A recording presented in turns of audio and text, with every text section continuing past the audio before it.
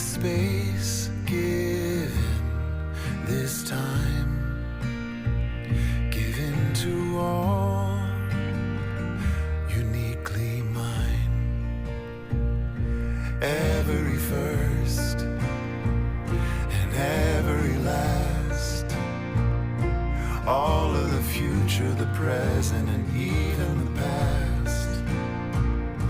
I am a wave, a rise and a fall, a singular drop in the ocean connected to all. Given this space, given this time, given to all, uniquely mine. Given this space, given this time, given to all, uniquely mine.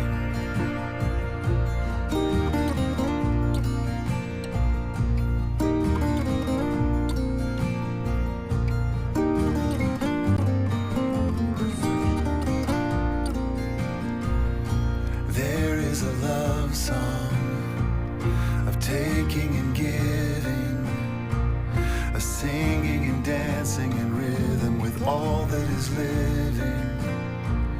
It's breathing out and breathing in, a life that is taken and granted again and again.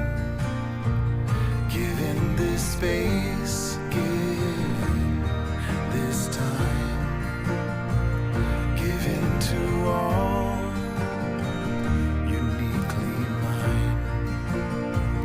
Given this space, given this time, given to all, uniquely mine.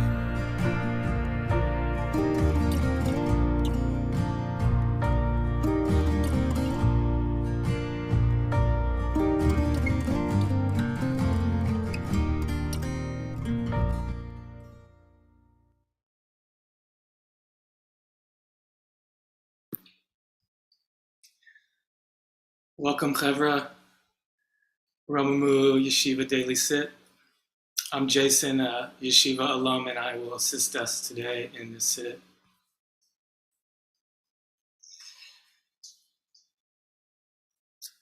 Like the ancient Israelites who erected and then dismantled dozens of times the portable sanctuary, the Mishkan, or the tabernacle in the wilderness, we're erecting and dismantling these 30-minute or 18-minute sits 5 days a week. We're creating a portable temporary sanctuary for this half hour, and the Levites will set it up and the Levites will bring it down. Reb Zalman referred to this playfully as virtuous reality. We're cultivating virtues of the midot, virtuous reality. I've been studying rabbi and Hasidism scholar Nehemiah Poland on Leviticus. He's done a lot of really deep work on this book that we just started, the Vayikra in Torah, in the weekly Torah portions. And he says that whereas in Chronicles and Psalms, the temple that's described is alive with music, both vocal and instrumental, the more stationary temple. In Exodus and Leviticus, on the other hand, which was what we've just been studying, we just finished Exodus and now we're in Leviticus, the sanctuary there, in that sanctuary, silence reigns. There's hardly any words spoken by priests or the laity in this portable Mishkan. So this is very fitting for us because this is the kind that we're erecting and dismantling every day now, 5 days a week.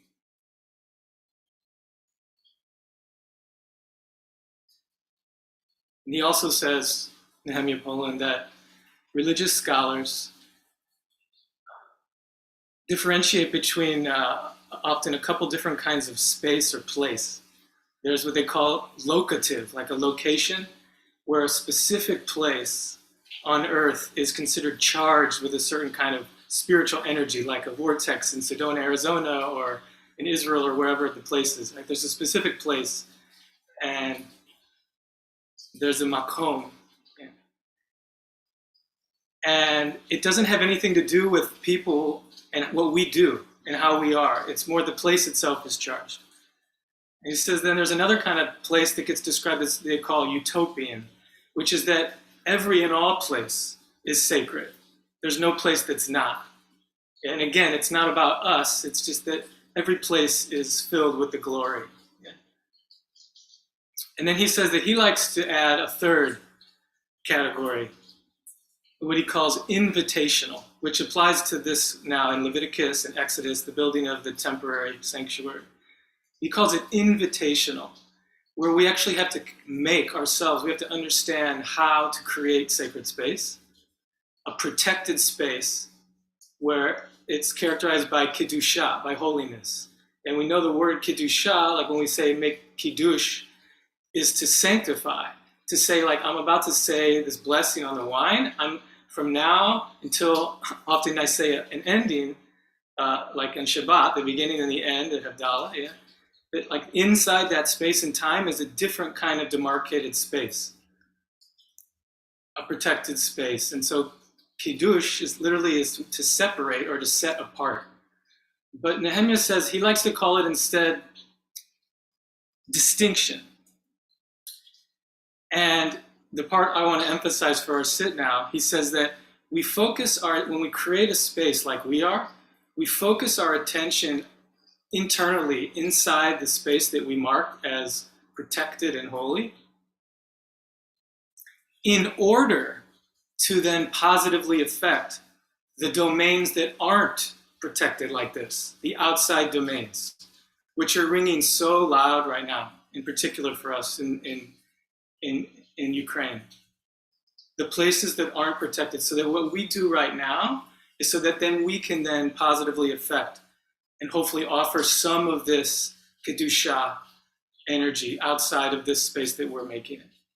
And so we bring the gifts, as the Israelites each brought gifts to build the Mishkan. We're bringing the gifts of our presence, of our attention, and of our intention, our heart, in order to build this temporary sanctuary today. And Ari's also going to post in the chat for anyone who's still looking. Kesher Project is just one among many that is giving to women and children on the ground in Ukraine right now, where you can donate money like very, very easily with the click of a button if you'd like after the sit. Because this is part of the giving of the gift too, to donate, because we need this sanctuary to expand beyond. So with that, I'd like to invite us into, as he said, this Exodus Leviticus sanctuary is characterized by silence. And so let's go into that silence together.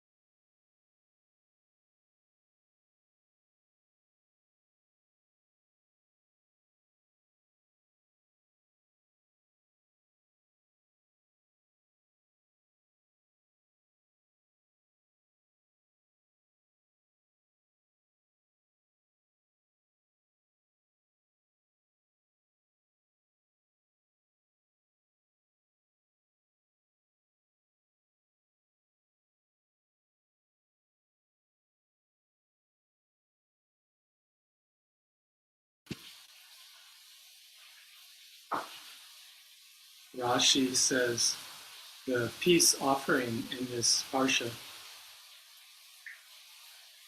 has the power to increase peace in the world.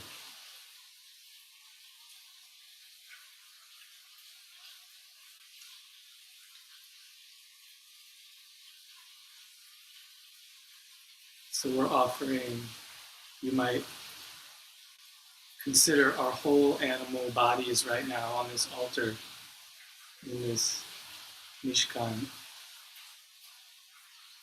embodied, offering non-violent. We're not actually burning a body.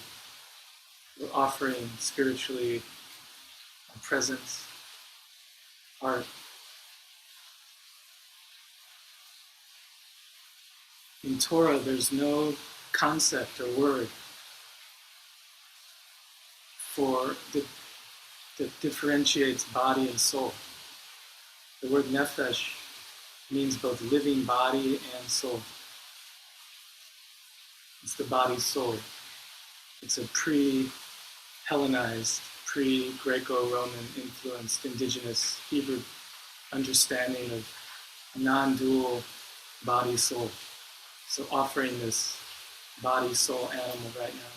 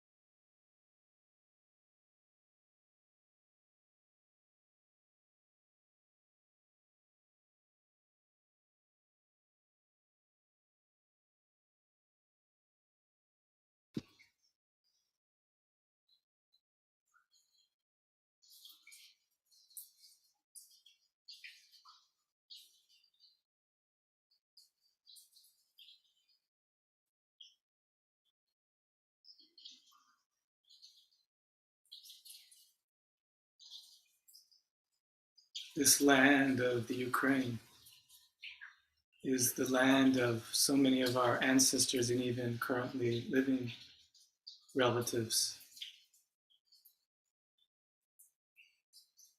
It's the land of the Hasidim, Chassidut, which so deeply inspires Romemu, Rabbi Ingber, through Reb Zalman, etc.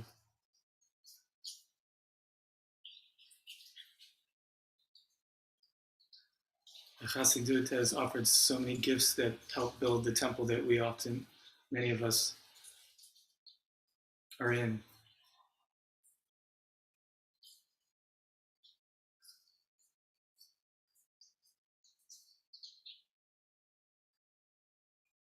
So I invite, just holding right now, living humans, their other life there, the rest of the ecosystem that's being so deeply harmed right now, outside of human beings.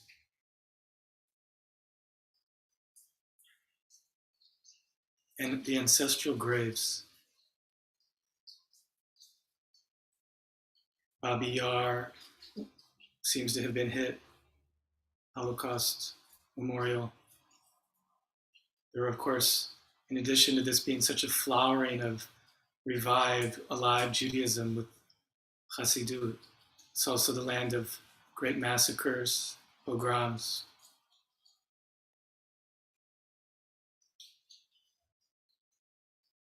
And the graves of many of these Hasidic masters that Rabbi Ingber is teaching about just before this sit.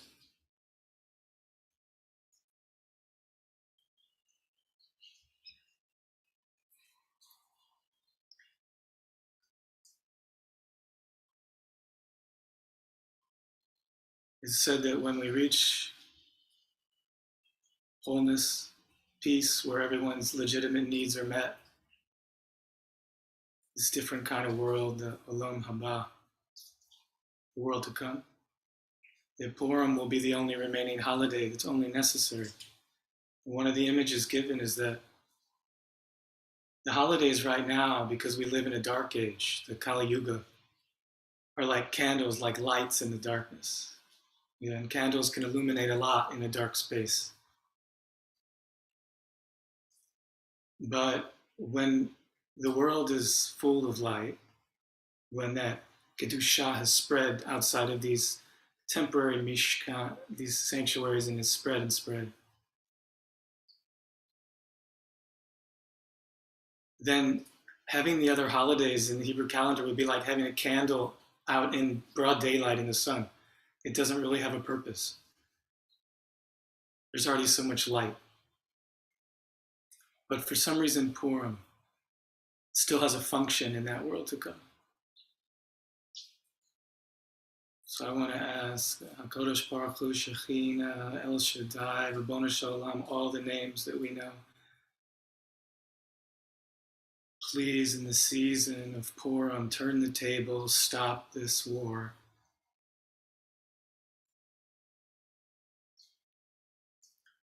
Bring some of the light of the Purim now.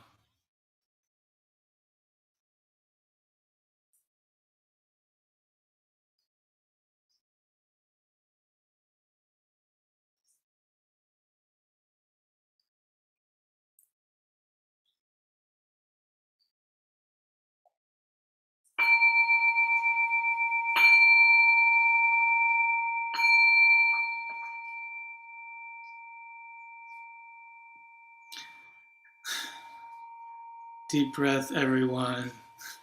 We have to stay really centered too, even when we feel all this. So don't let yourself be overcome. Stay light, stay joyful, even in the midst of this. It's not a contradiction to also celebrate life and stay connected to what's happening and what's needed. So thank you so much for such beautiful presence and being here.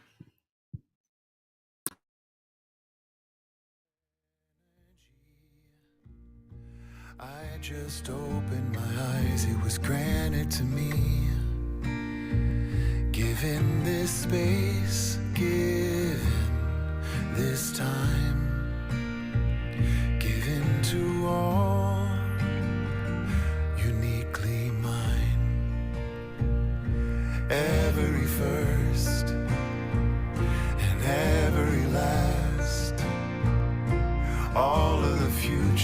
present and even the past.